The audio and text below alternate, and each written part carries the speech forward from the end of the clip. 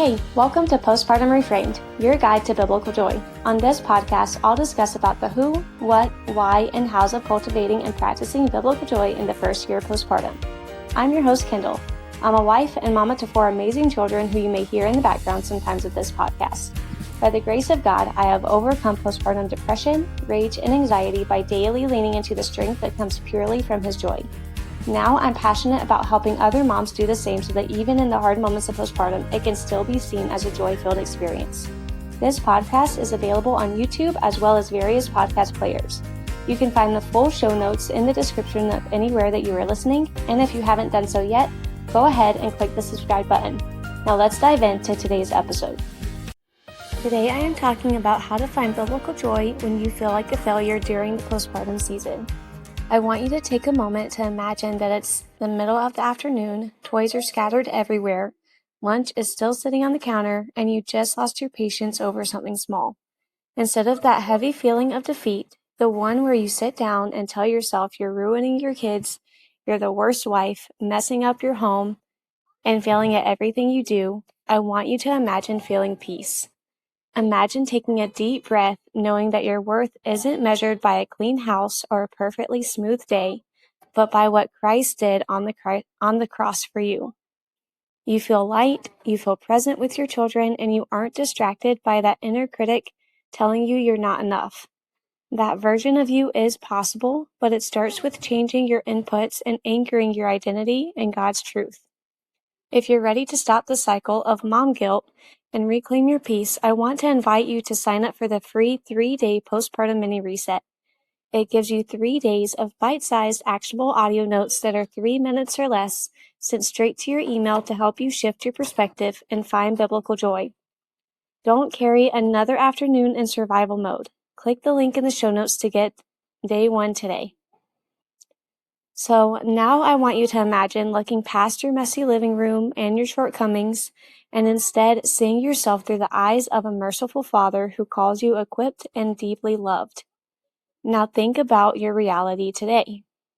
Did you feel like you were walking in grace? Or did you feel completely inadequate, defeated, and weighed down by the heavy burden of trying to do it all? That gap between who you want to be and the shame you feel when you make a mistake is exactly what I want to bridge today. To start finding biblical joy in this season, I want to encourage you first to look at the reason you feel like you're failing and realize that it is a lie straight from the enemy. You're not going to be the perfect wife, mama, or person at everything you do. Mistakes will be made, and that's okay.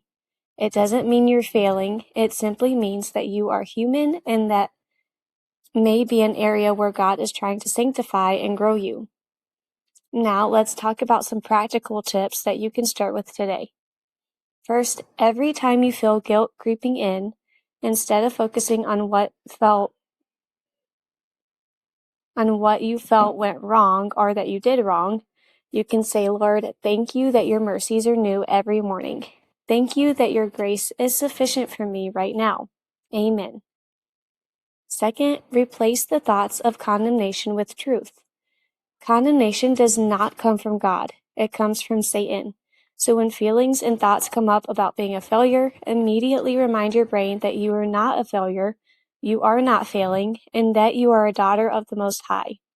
Then replace those thoughts with a bullet prayer. For example, 2 Corinthians 12:9, New King James Version says, "And he said to me, my grace is sufficient for you, for my strength is made perfect in weakness. Therefore, most gladly I will rather boast in my infirmities, that the power of Christ may rest upon me." So you could personalize it into a bullet prayer to say something like, God, thank you that your strength is made perfect in my weakness today. And then lastly, remember that the enemy is afraid of a mama who prays and fights for her family. He cannot stand it and will do everything he can to tear you down and tear you apart, so that everything else falls apart. You can't let him keep you paralyzed. God paid a high price so that you can walk in freedom. Yes, it is absolutely hard, but I'm pretty sure it was hard for Jesus to be beaten and crucified for us as well. We can endure hard things through Christ, And without going through hard things, we can't grow and be sanctified in a way that helps us reach our fullest potential in this life. So when you feel inadequate and like you are a failure or like you are failing, lay it at His feet and ask Him to help you shift your focus from your mistakes to the eternal work He is doing through your surrendered heart. Well, thank you so much for listening to the Postpartum Reframed podcast today. If this helped, encouraged you, or you have a question, please take a few moments to comment, leave a review, or share it with another mama who could benefit from this type of content.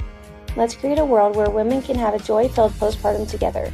And if you're ready to move from survival mode to biblical joy today, click the link in the show notes to grab my free 3-day mini reset, Reframing Postpartum. It's designed to help you shift your perspective and find peace in just 3 days. You'll also join our email community for weekly encouragement every Tuesday. I'll see you next Friday.